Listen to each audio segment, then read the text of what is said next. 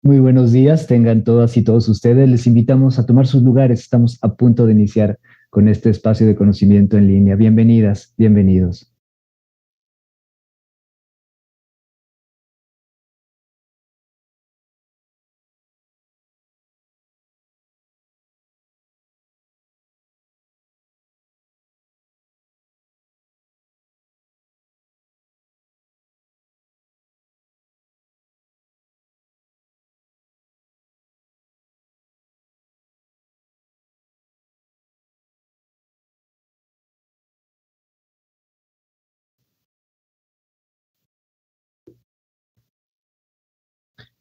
Bien, pues muy buenos días. En nombre del Instituto Mexicano de Tecnología del Agua y de la Cátedra UNESCO IMTA El Agua en la Sociedad de Conocimiento, les damos como todos los viernes la más cordial bienvenida a este espacio de conocimiento en línea, este espacio de encuentro en el que conocemos de viva voz y de los protagonistas del conocimiento del agua en México y el mundo, pues avances de conocimiento, líneas de investigación y particularmente en este mes de marzo, a lo largo del mes de marzo, en este ciclo que hemos denominado Ciencia, Pública en Acción, compartiendo y dando un vistazo muy rico a diferentes experiencias de expertos haciendo ciencia desde el gobierno en diferentes partes de nuestro planeta.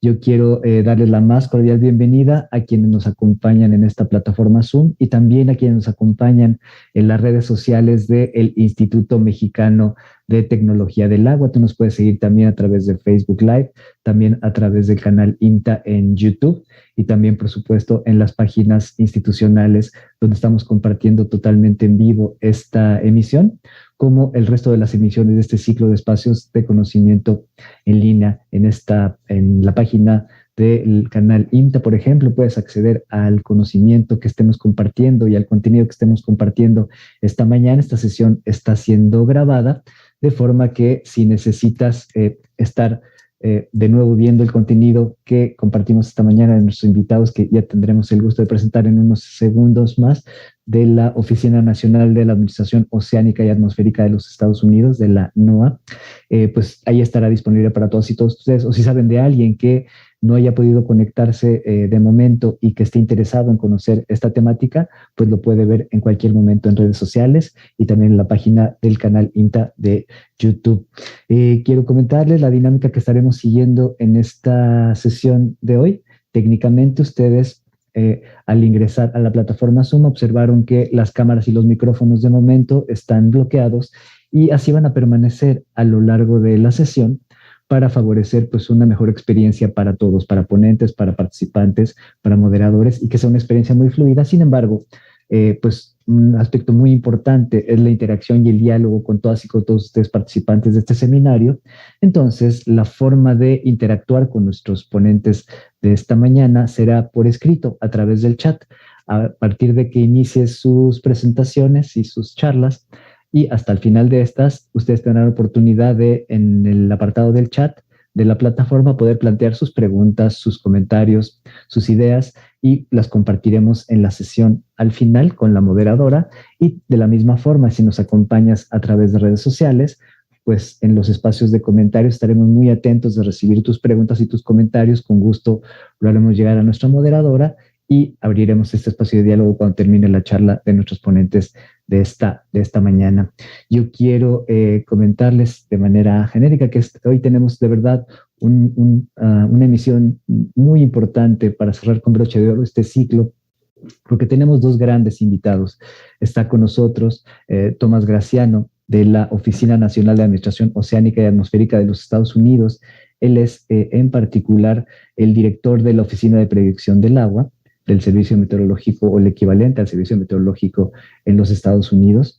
Y también está con nosotros Ed Clark, él es director del Centro Nacional del Agua, también de la NOAA, y ellos dos estarán compartiendo con nosotros pues todos los detalles del trabajo que realizan en torno a este importantísimo elemento que es el agua en los Estados Unidos desde la NOAA. Y para ello y para conducir la charla con nuestros dos invitados, a quienes les agradecemos muchísimo todas sus finas atenciones de aceptar esta invitación, y también, por supuesto, a quienes nos han ayudado en la coordinación de estos trabajos, en particular el doctor Agustín Breña Naranjo, coordinador de hidrología del Instituto Mexicano de Tecnología del Agua. Muchas gracias por proporcionarnos este espacio de encuentro que ahora tendremos oportunidad de llevar a cabo. Y para moderar esta sesión, esta charla con Tomás Graziano y Ed Clark, yo quiero saludar esta mañana a la doctora Iskra Mejía.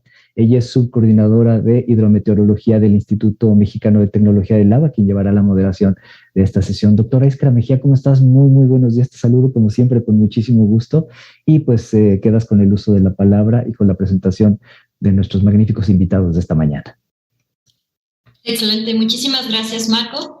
Good morning, everyone.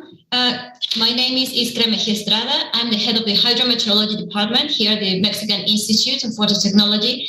And I would like to give you the warmest welcome to this last online seminar of this series of talks on doing science from the government. As Marco announced, we have two amazing speakers today from the National Oceanic and Atmospheric Administration that, as you surely know, this is the organization that's in charge of the research that spans from the surface of the sun to the depths of the ocean floor. And all this research is done to keep the public informed of the environment we all live in. So we have Dr. Thomas Graziano with us and Edward Clark. So without further ado, I'll give an introduction about them to you so you know who are the superb speakers of today.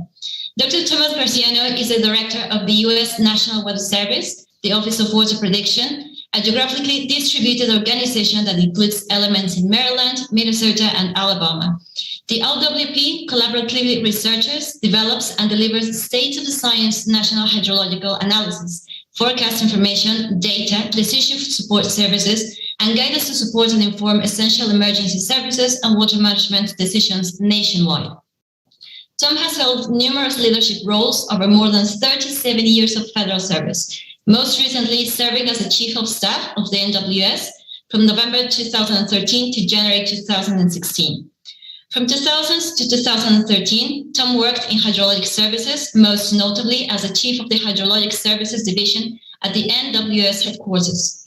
Tom was awarded a Department of Commerce Bronze Medal in 2003 for work on flash flood decision assistant, a DOC Bronze Medal in 2001, and a NOAA Administrator's Award in 1999 for his work on quantitative precipitation forecasting process. The DOC Energy and Environmental Stewardship in 2015 as part of a team that designed and oversaw the construction of the National Water Center in Tuscaloosa, Alabama, and a DOC Gold Medal in 2017 as part of the team that implemented the new U.S. National Water Model. Additionally, and most recently, Tom was awarded the Prudential Rank Award in 2021, which is awarded to senior executives for extraordinary and lasting contributions to the federal government. In addition to earning his PhD in atmospheric science from North Carolina State University in 1995, Tom also earned a Master of Science degree in meteorology from Penn State University and a Bachelor of Science degree in meteorology from Northern Illinois University. Our second speaker of today is Edward Clark, who is the director of the NOAA National Water Center in Tuscaloosa, Alabama, and deputy director of the National Weather Service Office of Water Prediction, the LWP. Ed oversees operations at the NWC, supports the management and strategic direction of the LWP, and facilitates collaborative efforts to involve NOAA's water prediction capabilities with federal, academic, and private partners, the National Science Foundation, and the National Center for Atmospheric Research, among others. For the past 5 years, Ed has led the National Water's Center's Innovation Program on behalf of the LWP, working closely with the NSF, the Consortium of Universities of Advancement for Hydraulic Sciences, and federal partners including the USGS and the USACE to explore and develop next-generation national flood forecasting and emergency response operations. Before becoming the NWC director, Ed served as the director of the OWP's Geointelligence Division. He co-chairs the Federal Advisory Committee on Water Information, the ACWI, Subcommittee on Spatial Water Data, which is charged with leading the Open Water Data Initiative by the Federal Geographic Data Committee. He worked closely with multiple federal agency partners, including the USGS, the USAC, and FEMA, on a variety of projects associated with the Integrated Water Resources Science and Services Consortium. Prior to serving as the DID director, it also served in the NWS headquarters as a National Flash Flood Service leader in the Analyze, Forecast, and Support Office. Ed began his career in the NWS as an operational hydrology forecaster, working as a senior hydrologist at the Colorado Basin River Forecast Center in Salt Lake City for 7 years. Ed is a civil engineer by training with an emphasis in water resources, and he earned his Bachelor of Science degree in Civil and Environmental Engineering from the University of Utah. So as you can see, we have definitely two superb speakers, and we are so looking forward to everything that they have to present to us today. So Dr. Tom and Ed, the floor is yours. Thank you very much, and welcome everyone. We very much appreciate the opportunity to speak with you today and share what we're doing in NOAA's National Weather Service to advance and promote water science and related decision support services. And I think our presentation should be coming up. Here we go. Thank you very much. And I'll just wait for that to come up. There we go. So thank you so much for that introduction. And again, thank you all very much for the opportunity to speak with you today and share what we're doing within the National Oceanic and Atmospheric Administration.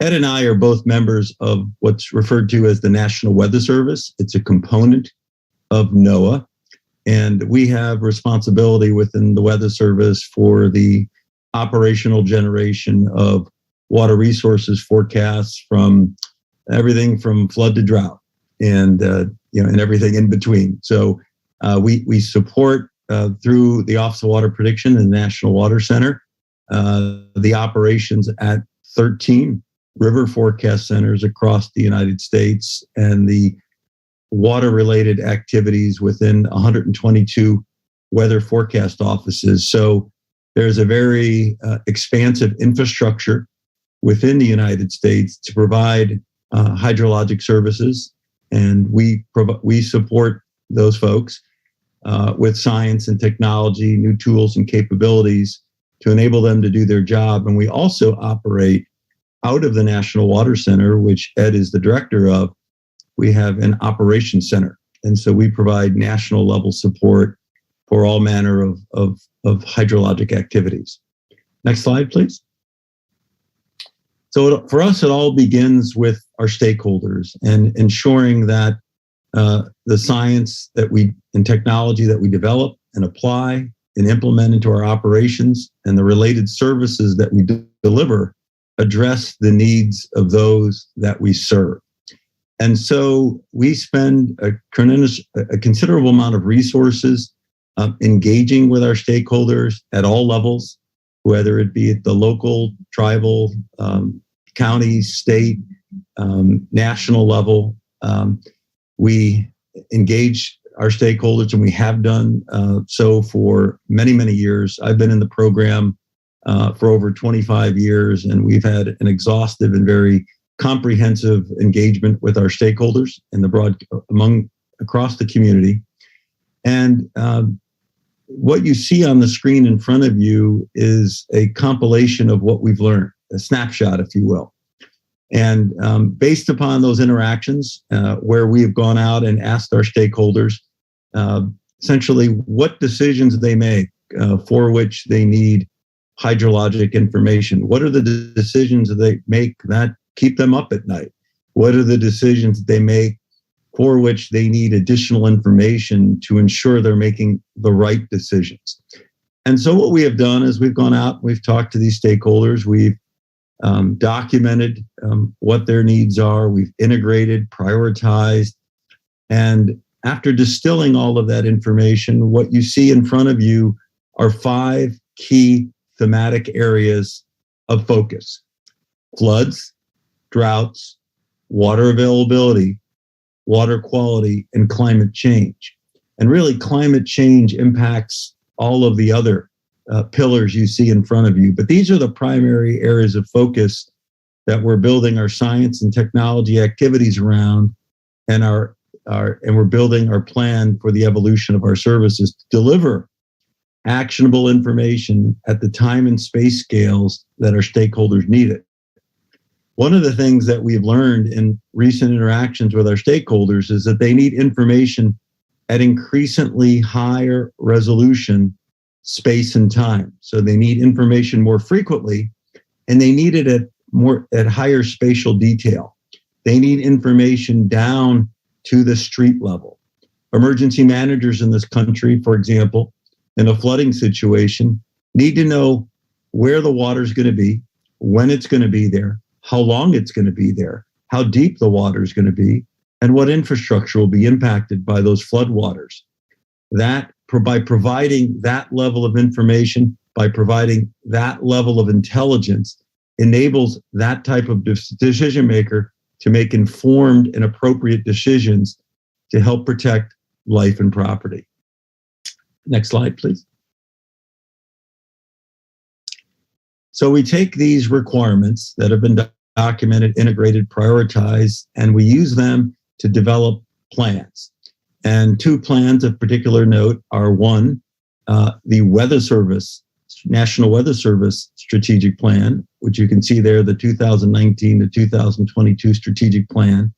And if you were to look at that document, and there's a link there if you so choose to go review it, there are 4 overarching goals as they relate to water and hydrologic services, and they are listed here. Number 1 is to deliver actionable water resources information from the national to the street level, as I mentioned, and really across all timescales. In the immediate short term, we're very much concerned about flash flooding, rapid onset flooding. And on the longer end of the timescale, out to a year or more, we're providing longer range probabilistic water forecasts to water managers who are concerned about reservoir inflows and the management of water, particularly in the face of climate change and competing demands for an increasingly limited water supply. Providing minutes to months forecasts, again, that I mentioned, to quantify both atmospheric and hydrologic uncertainty. Another effort that we're deeply engaged in is developing a capability or expanding our capability into the coastal zone. And we are working with our sister agency, the National Ocean Service within NOAA, to integrate our freshwater forecasts, which are from summit down to sea, with the coastal and estuary modeling capabilities of our National Ocean Service. And next year, our plan is to implement for the first time for the United States, for all coasts, a routine total water forecasting capability. This total water forecasting capability would incorporate the combined effects of the freshwater contribution in the coastal zone, as well as the effects and impacts of surge, tide, and wave action. And then, as I also mentioned, the 4th bullet there, the emergency management community in particular is very much interested in street level information during flood events so they can pre-position people and resources to most effectively mitigate the impacts of a flood. The other plan that's listed here is our Office of Water Prediction Strategic Plan. This outlines in a great amount of detail our plans and efforts moving forward to achieve the overarching goals that you see on the screen before you to advance the science and services we provide as they relate to water. Next slide, please. And I will turn this slide over to Ed to speak to the National Water Center, for which he is the director. Ed? Good morning, and thank you, Tom. The National Water Center was the result of a directed appropriation to the National Oceanic and Atmospheric Administration back in 2008 and 2009. And the result of that was the construction of a 65,000 square foot facility on the campus of the University of Alabama in Tuscaloosa. This facility serves as a collaboration center of excellence. It houses the 4 divisions of the National Weather Service's Office of Water Prediction. And moreover, it takes a role within the federal government as a collaboration point and a center of excellence, center of synergy for collaborative research and development on water resources challenges that the nation and really the world face in the 21st century.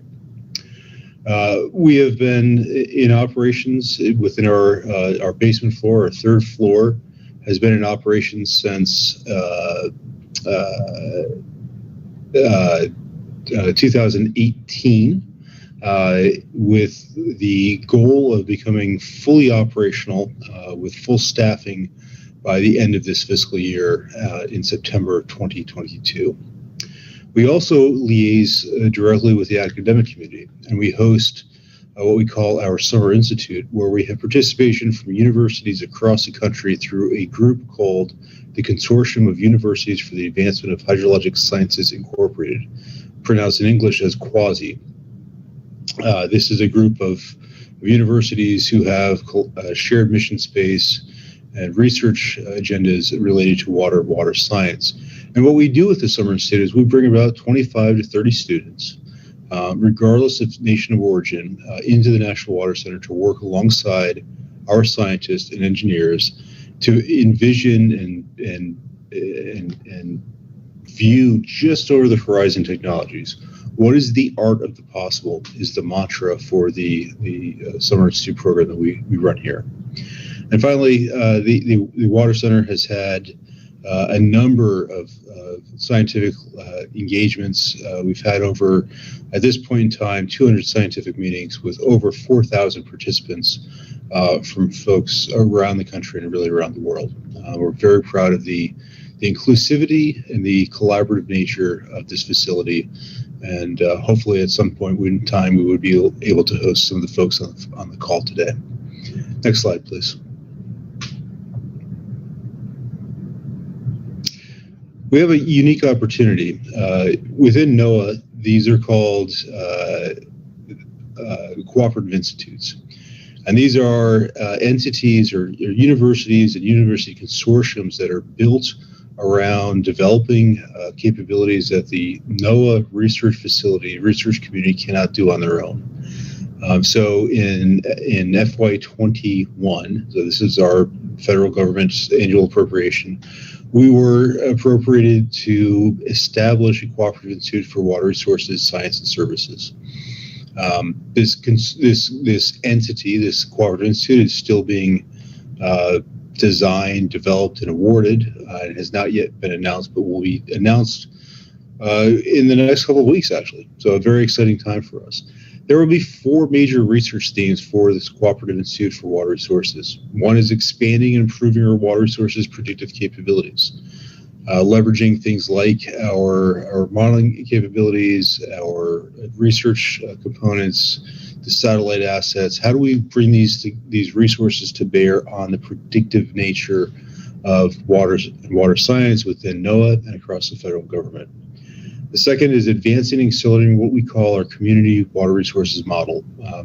In 2000, as we'll discuss here in a little bit, in 2016, we launched the first instance of what we call NOAA's National Water Model, a continental scale modeling capability.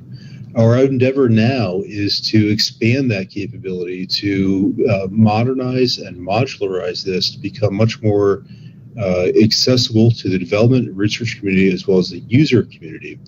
Our commitment is to have transparent and open source development. In fact, as we'll see later in the slides, all of this is being done in a very open forum on our GitHub repository. The third theme is advancing and augmenting our hydroinformatics. How do we describe, as we develop terabytes upon terabytes of data, how do we interrogate that information and make it useful to the practitioner? And finally, it is one thing to address the water resources science challenges, the water resources predictive capabilities, but we need to do that in an informed fashion.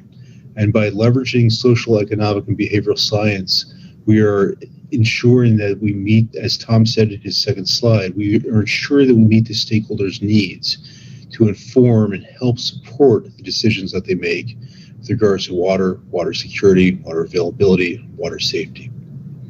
Next slide, please.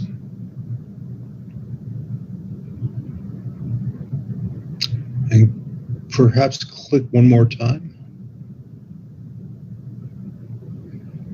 All right. Thank you. This image on the left is the continental view of the National Water Model. The National Water Model, as I said, was developed in August of 2000, was developed over a number of years, but implemented in August of 2016. It is NOAA's first foray into high-performance computing for water resources prediction capabilities. The image on the left shows in blue the approximate 110,000 miles of rivers that are forecasted by our river forecast centers.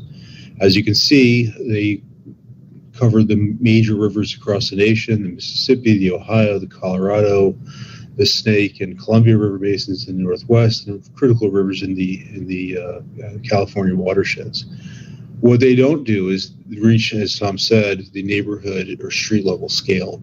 And what you see in the red, which is almost dense that you can't see the individual reaches, so dense that you can't see the individual reaches, the National Water Model provides capabilities for over 3.4 million miles of rivers and streams, really getting at the neighborhood level, the backyard, the community level, the stream that runs through, a small wash in the middle of New Mexico that is not gauged. This modeling capability provides information where none has existed before. If you click the image on the right, please, we can see an animation of what this looks like. What we've told folks is, that's okay. What we have told folks is that the National Water Model is a translation of NOAA's weather and climate capabilities, weather and climate forecasting capabilities, into the hydrologic impacts on the ground. We go to the next slide. If that does not load, that's okay.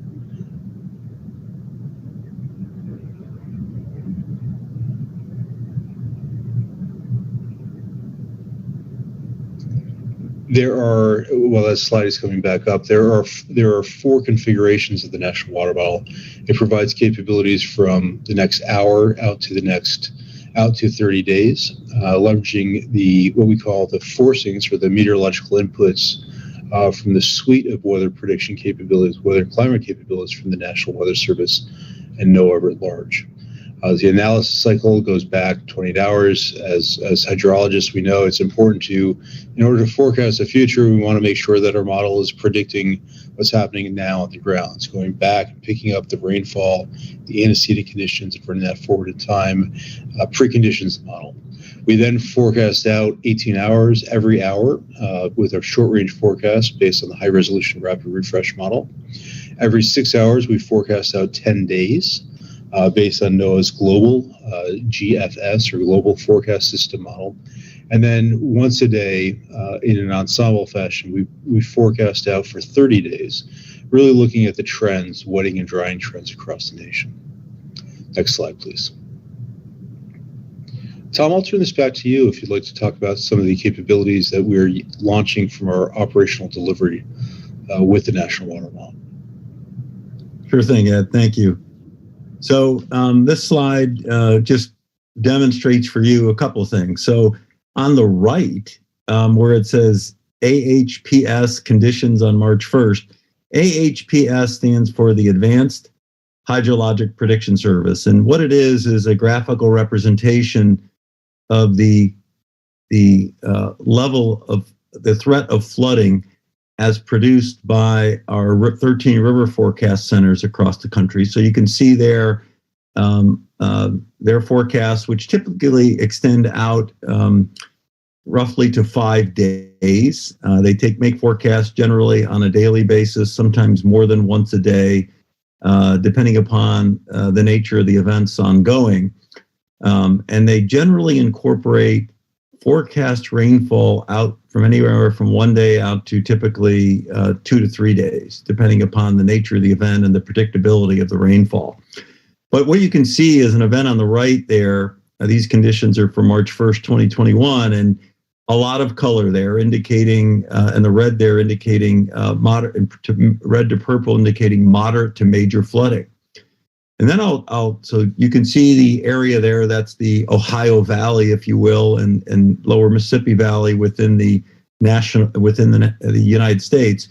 if you look at the image on the left, this was the national water model forecast 10 days in advance of that event. Now, it may be a little bit difficult to read or see, but if you look very, very closely within the yellow circle, 10 days in advance, the national water model was indicating a high threat for flooding in that exact area. So, as Ed mentioned, the national water model augments and expands upon the capabilities as delivered by our 13 river forecast centers.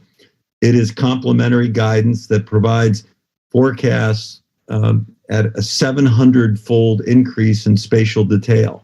It is our first foray into high-performance computing. It is a continental scale water resources model that runs every hour. So as Ed also mentioned, we have a short, medium, and extended range runs of the model, and we run the model in an ensemble mode in the medium and longer ranges to provide risk-based information to better inform decisions that water resource managers need to make. But this is just an indication of just one example of the tremendous utility of the national water model as it relates to, in this case, a high flow situation, really a flood situation. This was a broad scale flood, providing more than a week's worth of advance notice. Next slide, please. The next example is from Hurricane Ida. And what you're seeing, and this is also from 2021 or last year, in August of last year, just a couple of examples from the National Water Model. So on the left-hand side, this is the Saddle River at Lodi, New Jersey. And what's in black there is the actual observed stream flow. The dashed lines there indicate the various ensemble members from the National Water Model. And what you're seeing there is that the National Water Model, there are at least 3 ensemble members of the 8 that actually are depicting flood conditions, in this case, major flood conditions, more than 4 days in advance. On the right-hand side, this is another example for Hurricane Ida at a different location. This is the West Branch Middlebrook at Martinsville, New Jersey. So also in the state of New Jersey, in the Northeast United States. What you're seeing in black again is the observed stream flow forecast from the United States Geological Survey. In blue is our stream flow analysis. So this is actually the stream flow as predicted by the model with utilizing observed rainfall. What's in dash there are the ensemble members of the National Water Model. They're the forecasts. And so what we're seeing in this case is if we were clairvoyant, or if we would have had a perfect rainfall forecast, we would have had a nearly perfect stream flow forecast. But in this case, the members of our the rainfall predictions from our global forecast system significantly underplayed the amount of rainfall in this basin. As a result, the stream flow forecast did not capture the actual the flooding that occurred on this stream in this location. So what this underscores is the need for accurate and timely forcings, in this case, quantitative precipitation forecasts to drive our hydrologic models to produce accurate stream flow forecasts. Next slide, please. Here's just a few more examples of how we are communicating National Water Model guidance. So we have a team of folks in the Operations Center at the National Water Center, where Ed lives and works. And these folks report to Ed, and this team of folks, in concert with our Geointelligence Division within the Office of Water Prediction, develop derivative products where we try to do the best job we can of integrating all manner of information into something that is actionable, something a stakeholder, whether that stakeholder be internal to the organization or external to the organization, can take and act upon. We're looking to create intelligence out of the broad spectrum and large volume of information that's created from the national water model. What you're seeing in the leftmost image here is a 10-day high flow magnitude for the full domain. So it's color coded here, and you're seeing, based upon the color here, what the magnitude of the flow from an exceedance level perspective is that we anticipate in the next 10-day period. In the middle screen there, it's basically tells us when we expect that peak flow or high flow to arrive at in a particular stream segment anywhere in the country, in this case in the southeast United States, which is depicted here. And on the far right is simply the inundation that we're forecasting based upon the flow in the area depicted. And in that case, it's from Hurricane Florence. So this information, this derivative products, this post-processing of the national water model output enables us to answer the questions: where will the event occur? When will it occur? And what will the impacts be? Next slide, please. So we, as Ed mentioned, we first implemented the national water model into our operational suite on the 16th of August, 2016. Since that time, we have upgraded the model 4 times in the past 5 years. Here's a recap of the model implementation. So version 1.0 was our initial implementation that was foundational in 2016. We upgraded the model in years 2017, 18, and 19. Those upgrades included an expansion of our domain from the continental United States to Hawaii, the full breadth of the Hawaiian Islands. We included a medium range ensemble, several physics upgrades, improved modularity, and MPE stands for multi-sensor precipitation estimation ingest. So improving the observed rainfall that we're using to initialize and drive our operational forecasts. Version 2.1 of the National Water Model, which was implemented a little less than a year ago, we expanded the domain still further, in this case to Puerto Rico, the Great Lakes, Puerto Rico and the U.S. Virgin Islands, I should say. The Great Lakes, we included reservoir modules, forcing upgrades from the atmospheric models, an open loop, and we improved the observed rainfall and forecast forcings for the Hawaiian Islands. Our next upgrade, as I briefly mentioned earlier, which will include coastal coupling and for the first time total water forecasts for all U.S. coasts, will be implemented as planned in Q3 of fiscal year 2023. So basically middle of next calendar year.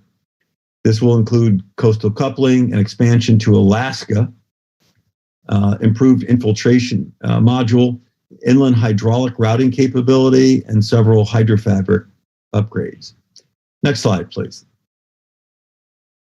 Ed, and I will turn this one back to you to speak a little bit more to our new coupled total water forecasting capability. Thank you, Tom.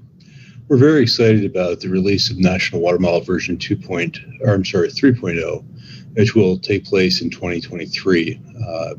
This will, for the first time, as Tom said, couple the freshwater capabilities with the coastal modeling capabilities, primarily to pick up the inputs of hydraulic analysis, hydraulic phenomena along the coastal peripheries as it relates to creating floods in the mixed freshwater, brackish water environments. A coupled model will account for both the freshwater contributions to flooding, the rainfall and runoff, as well as the components of storm surge, wave run-up, tides that all lead to backwater flooding along our coast. If you look at the nation, National Weather services to the nation, we stop many of our riverine forecasts at the head of tide. We don't extend our models. We currently don't extend our models to the coast because we don't have this coupled modeling capability. That results in approximately 120 million people who do not have access to a hydrologic forecast in their community. Imagine if we only produced weather forecasts where we had an observation point, say an airport, for example. We're not serving the nation as a whole. By coupling with the coast, with the coastal models, for the first time, we'll be able to serve all communities and all people who live in those communities with a hydrologic and hydraulic analysis of where the water will be, where it will potentially cause flooding conditions, and when it will be relieved. So for the first time, this capability will be released on the East Coast, West Coast, Gulf Coast, portions of Alaska and Hawaii, and then will extend in future years to the Great Lakes, which we consider our fourth coast in the United States. Next slide, please. So I mentioned earlier, one of our goals within the within the Office of Water Prediction and the National Water Center is developing and enhancing the underlying architecture that we base this national water modeling system or framework on. And that is driven really kind of by three emerging areas. The intersections of these with technology, with the state-of-the-art science and computing. That is, the recognition that the accessibility to high-performance computing, computer science and engineering is matured over the last 25 years, but really blossomed in the last 10. The international community has coalesced around geospatial science and data standards. This is work that has been done through the Water ML program, through the Hydro Domain Working Group, as well as other components of this. And then the maturation or the advancement of hydrologic science and engineering, you see here in the middle circle, how we represent watersheds. Our senior scientist, Dr. Fred Ogden, has developed a very nice lexicon around this. There is no one perfect model to rule them all. Rather, there are multiple instances in how we can provide analysis and forecast capabilities that will leverage the best available modeling type for the right hydroclimatic regime in which we're trying to produce a forecast. We've done this in collaboration with the other federal communities, so the U.S. Army Corps of Engineers, the Engineering Research and Development Center, with academia, with our colleagues even in the private sector. Many folks have been excited and enthused by this notion of truly developing a community-based model that will, while we may apply this for the needs of the national water model, this framework, this water modeling framework, can meet the needs of multiple stakeholders and multiple users and can be implemented almost globally in its applications. It's driven by a model agnostic approach.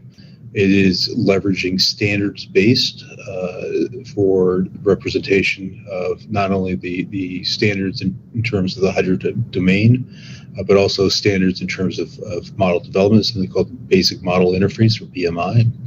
It's driven by science. Where models work and don't work is driving this. And finally, it encourages community use and involvement. The goal here is to create a system, an ecosystem or platform that within a couple of weeks, a graduate student can download the code, compile it, and take sample data and begin contributing to advancing the model, not just using the model or running the model, but advancing the model within a couple of short weeks. Next slide, please.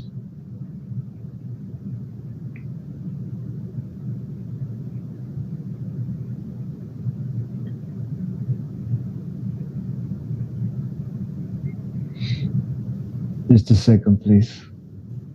Of course.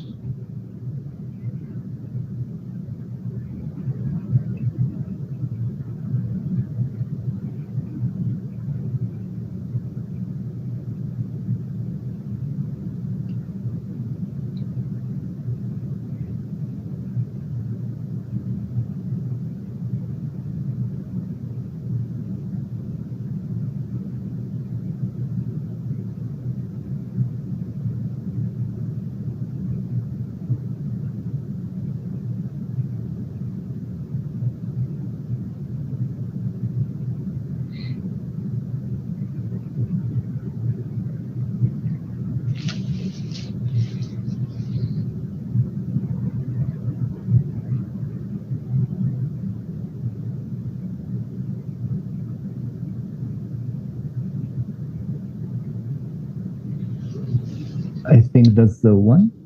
Yes, that's it. Thank you. Sorry. The other capability that we have, in addition to the National Water Model, at the 13 River Forecast Centers, we're in the process of implementing something we call the Hydrologic Ensemble Forecast Service.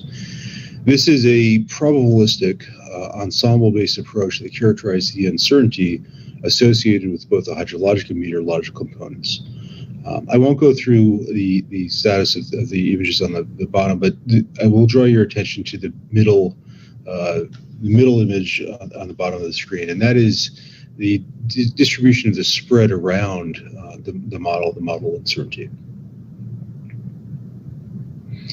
And we can actually go to the next slide.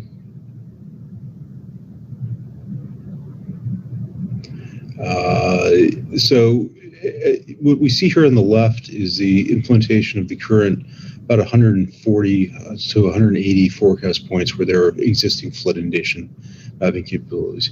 As Tom said earlier, our stakeholders have asked and requested the depiction, the geospatial depiction of where water will exist during a flood for the better part of 2 decades. On the right, you see the distribution. So on the left is the limited instance of flood inundation as it exists today. On the right is the future, where all 3.4 million miles of river that are forecasted by the National Water Model will have available to them a flood inundation forecast map. And this is really, really critical for describing where the floodwaters will be, where they won't be, for the placement of water provisions, emergency response vehicles, and resources to serve those communities who are hit by floods. We can go to the next slide, please. Again, this is an example from one of our tabletops. On the right, you see the rainfall. On the left, you see the hydrograph. These are very esoteric depictions of flooding. If we go to the next slide, this same event is now depicted with the flood inundation map. And you see not only where the floodwaters will be, but these are images that were taken during this flood event back in 2010. What the impact of shopping malls, water treatment plants, homes, churches, businesses, all underwater. This is an incredibly powerful tool that our emergency managers within the United States will leverage to more accurately and effectively respond to flooding and flood events. Finally, go to the next slide, please. I believe this is just a zoom in of that area. And so again, you see the street level detail, shopping mall by shopping mall, house by house, street by street, information of where and where not the floodwaters will be. And with that, I think this brings us to our closing slide. And I will now stop talking and presenting. I want to thank everybody. This is a wonderful opportunity to speak with our colleagues and friends in Mexico and across the international consortium. And I think Tom and I, Dr. Mejia Estrada, I believe you'll moderate and Tom and I will have time to take a few questions. Thank you very much to both. It was definitely a really interesting presentation. There were a couple of points I would like to highlight among the information that you just mentioned to all of us. The first one is, of course, the importance of transforming all the information into action to make it really meaningful, to do research and to be able to apply that research to increase the security or to decrease the vulnerability of an area. The second one is something that was mentioned not long ago, which is the importance of having an accurate forecast, and that an accurate forecast is definitely crucial to provide actionable and timely guidance. So again, it's definitely transforming research into action and making sure that this information is communicated also in a timely manner. There are a few questions that we have to start, and to all the attendees, remember that we are receiving questions right now. We received questions also at any points during the presentation, and I would be grateful to the communications team if you could let me know which are the questions of the public. So I'm going to start with a question regarding what I just mentioned about communicating the risks. and is how do you measure the impact of communicating this guidance on when and where a high flow event will occur? As in, how do you quantitatively know that a forecast on inundation extent was successful?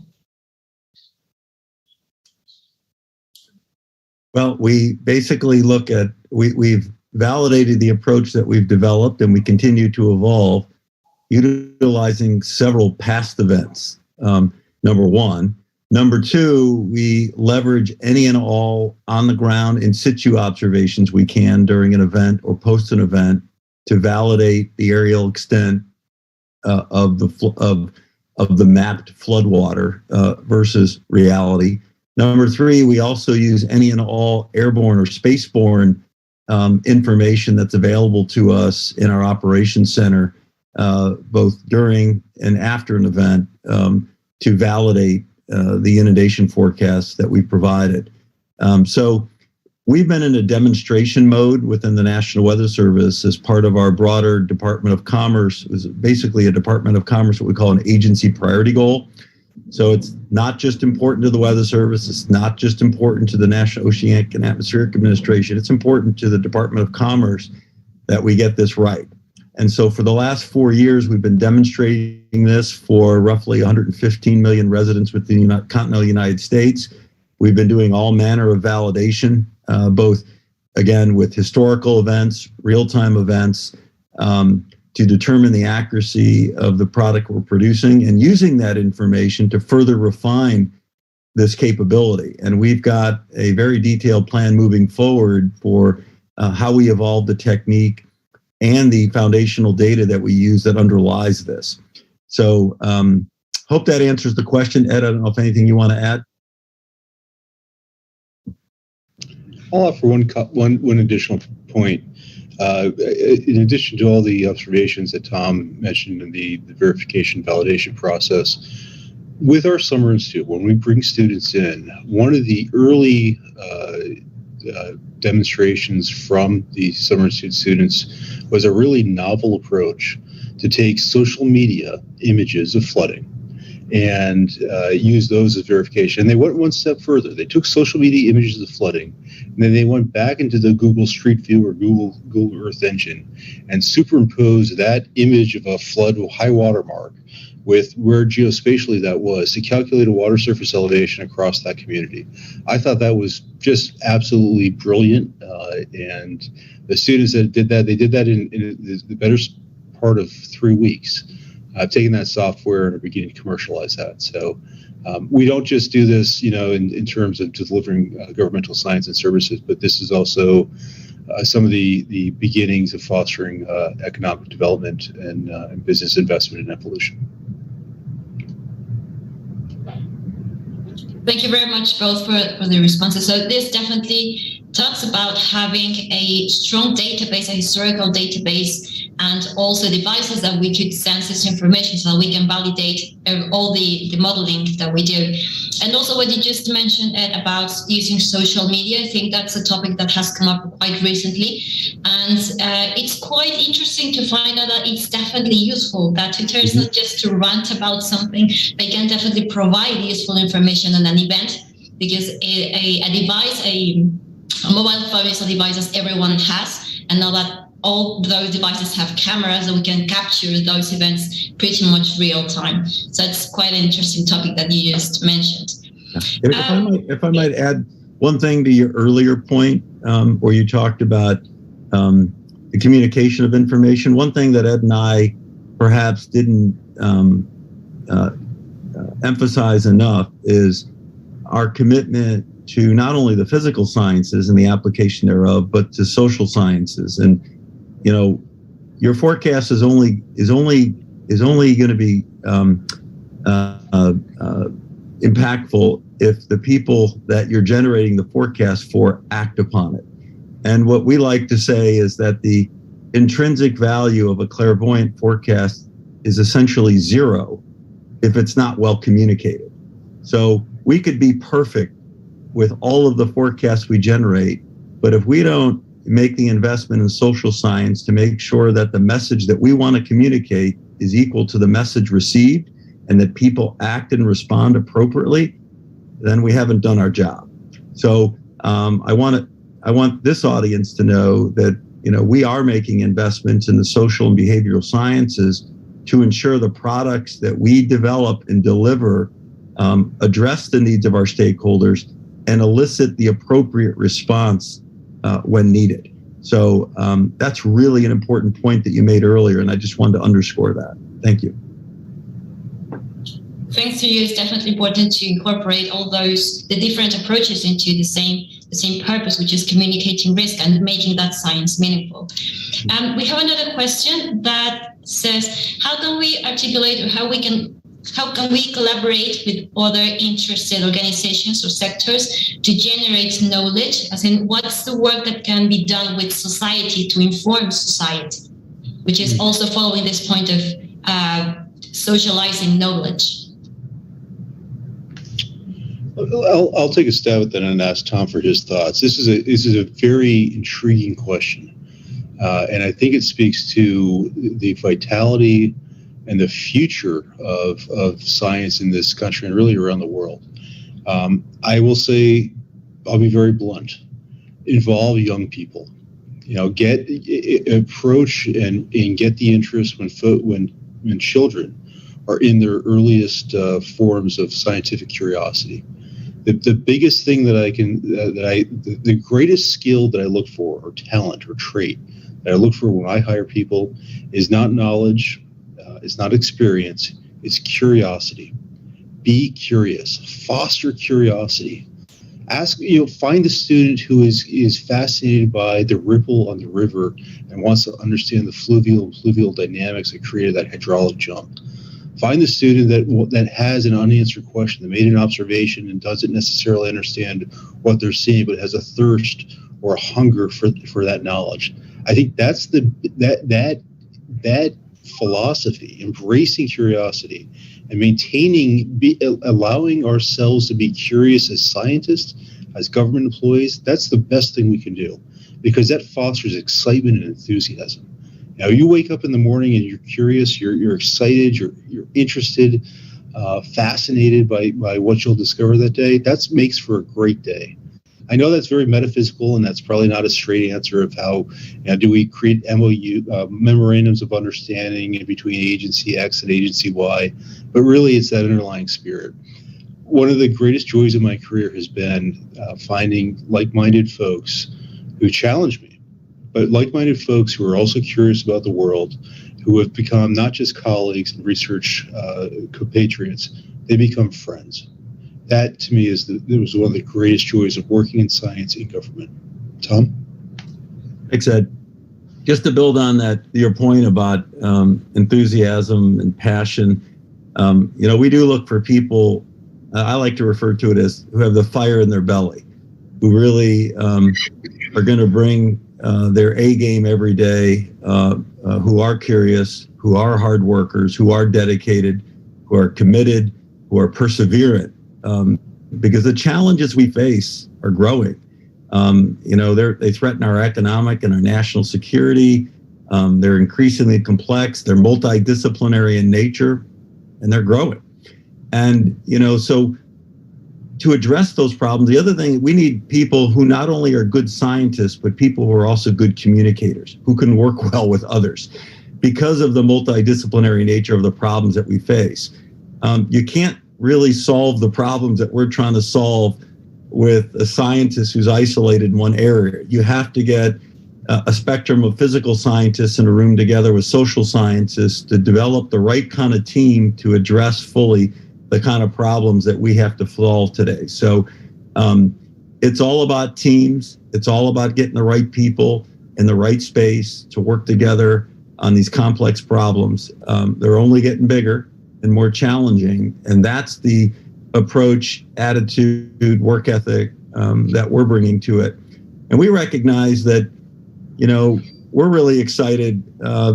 Every day we get out of bed and go to work, we're excited to be at work. We realize that we are being given the opportunity to literally transform the way we do business, and we're going to make that happen. What we're going to see in the next 5 to 10 years is a complete transformation of our ability to predict water, understand water, the physical science understanding, the modeling, the prediction, the services related to that, and the communication of that new information to inform fully the decisions that need to be made around water, whether it be too much, too little, poor quality, you name it.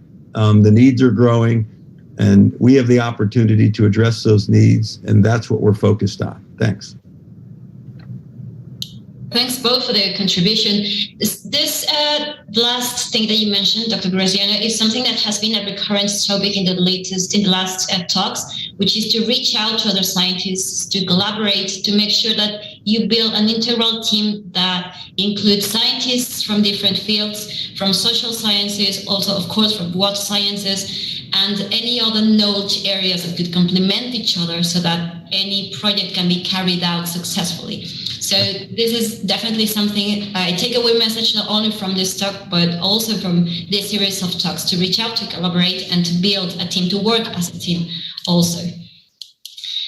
We have another question. This is more regarding what happens with water resources, which is here in Mexico, we have experienced less water availability per inhabitant in the last years.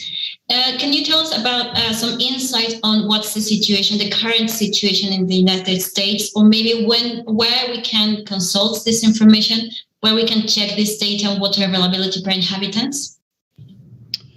Yeah, so I grew up in the Western U.S. I'm from the state of Utah, which has undergone a prolonged period of drought. The water availability in the Colorado River has been diminishing for the last 30 years. We have had periods of significant wetness in the 1980s, but in general, since about 1997, the inflows to Lake Powell, which is the point of control in the Colorado River, which serves over 10 million people, has been reduced year over year over year. I would refer this cohort to the National Interagency Drought Information Service, or NIDIS, N-I-D-I-S, as an authoritative source for more information on drought and water availability impacts. We work closely with them. They are a NOAA organization. But in general, water availability for use across the Western U.S. is decreasing. And unfortunately, we're also seeing drought, or what we call flash drought, pop up in places that are historically more humid, more wet regions, like the state where I live in currently. The year I moved down here, we went without rain from about August until December of that year. You would think Alabama, very wet state, no impacts. None could be more untrue. The impacts went from water reductions for municipalities to the steel industry, which is prominent in the state of Alabama, shutting down plants and production. So this is an incredibly important issue, complex issue. And as Tom mentioned, we forecast not just floods, we forecast water availability and water quantity, particularly as it relates to these impacts on the low side, the low flow thresholds. Thank you very much, Ed. All these topics are definitely familiar to researchers here at IMTA. Actually, I noticed that there were some similarities between the themes at the Cooperative Institute regarding water resources modeling, hydroinformatics, and incorporating science to water resources. That's something that we also do here at the Mexican Institute of Water Technology. So maybe this discussion and this presentation could open up the door for a possible future collaboration regarding how we work with water resources, how we manage risk, how we communicate the science that's been done here at the Institute. So we would be more than happy to keep in touch and to keep the door open for future collaborations. And finally, I have a question from the director of the Mexican Institute of Water Technology, Dr. Adrián Pedrosa Acuña. And he says, definitely this research and this presentation shows us how flood predictions are being improved through a probabilistic framework. My question would be how all this information is considered not only in civil protection measures, but also in planning territory. For example, aiding decisions of what activities, either industrial or economic, how can we accept or not regarding changes in water availability? And I'll let you take that one. So the key there, and this will come back to the theme that Tom emphasized, we can produce the best possible forecast in the silo or the stovepipe of hydrology and hydraulic analysis. It is the information or the informing of those decisions that we do through social science, understanding the social, behavioral, and economic impacts of those forecasts on decision makers, asking the decision maker what information you need, what decision are you trying to make? Are you a reservoir manager? Are you a steel manufacturer that knows that when the flow in Cow Creek goes below 30 cubic feet per second, that you no longer have the ability to draw water in for your steel operations? Something like that. Asking the questions of the stakeholder, the decision maker, and what keeps you up at night is fundamental to then back engineering and re-engineering and more importantly, better communicating the science that we can produce. We can produce great science, but if it's esoteric and it's written for scientists, it doesn't make a difference. It doesn't make an impact. Having that availability to reach back into social science, that leverage that expertise, that is a science in and of itself. And I think that it's one of the lessons here within NOAA is that treating social science just as prominent as physical science, meteorological sciences, the hydrologic sciences, the atmospheric sciences, they are on equal footing, and they have to be in order to inform those decisions. And I'll just follow that with just saying it underscore what Ed said.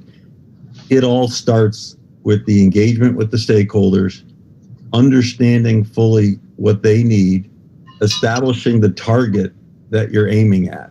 And it's those requirements lead to plans. Those plans lead to investments. Those investments lead to projects. Those projects lead to implementation. Those implementations lead to new services. And the important point here also is that when we go out and we talk to our stakeholders, we have a conversation with them, but we just don't have one. We have to continue to converse with our stakeholders throughout the development and implementation process. It's not, you just don't talk to them and then 5 years later show up with something and say, how'd I do? You have to work with them sort of hand in glove through the process to ensure that we're making the most of our investments and we're delivering to them as best we can what they need and answering those questions that keep them up at night. Yeah, that definitely makes sense. So there's this rounds up to collaboration, communication, and like Ed mentioned earlier, to keep curiosity alive. I think this is a quality that can be fostered from an early age up to anyone that's doing research. And even if someone is not directly involved in research, having curiosity on how the environment works and how we can make it better, or at least improve our knowledge on what's going on in the world, that's definitely a quality that I certainly value, and I think I agree with Ed that it's crucial also to develop something meaningful. Right, so those are the questions, and I would also like to send the warmest regards from our director, Dr. Adrián Pedros Acuña. He sends the message of a huge thank you for assisting here, for being here for this talk, for presenting such an important topic, or several topics which span from communication to curiosity to water resources. So thank you very much on his behalf, and also on behalf of all the attendees to this chat. There are a couple of other questions that we might not be able to ask our speakers, but I believe that your contact details were in one of the slides that you showed. So if you don't mind, Marco, projecting that slide again so that we have a point of contact to Dr. Graziano and Ed Clark, that'd be great. Thank you. So while the slide pops up, I would also like to thank you for this really interesting conversation, for the presentation. I think this is a fantastic closure of this year's of talks of doing science from the government. We really appreciate you being here. Thank you, Edward, for writing your email here in the chat, the Zoom chat. We'll make sure to provide this email to anyone who's interested in contacting you both. And if there's nothing else or any closing remarks that you'd like to add, just to finish this presentation. And there you have my email address as well. So, thank you very much. It was a pleasure. Have a wonderful weekend, everybody. Thank you for the opportunity. Enjoyed it very much. Take care, all. Thank you. Thank you. It was a pleasure to host you both. Just to let you know, our speakers, that Marco is going to give some farewell words. He's going to present some of the programs we have here at IMTA. And at the very, very end of this session, then we will take a photograph of everyone that attended this seminar. So if you can stay here with us. If you want to switch off your cameras for now, that's perfectly fine. Just make sure to switch them on back again at the very end so that we can take this picture to have a memory of this superb speak, please. Muchas gracias, Iskra. Y sí, por supuesto, esta invitación y el agradecimiento a Ed Clark, a Tomás Graziano, por brindarnos de verdad esta visión increíble del trabajo que llevan a cabo en la NOAA y también encontrar muchísimo del entusiasmo, muchísimas de líneas de acción y de colaboración que podemos establecer por similares líneas de investigación y podemos entonces pues brindarnos una cooperación más amplia en cada momento.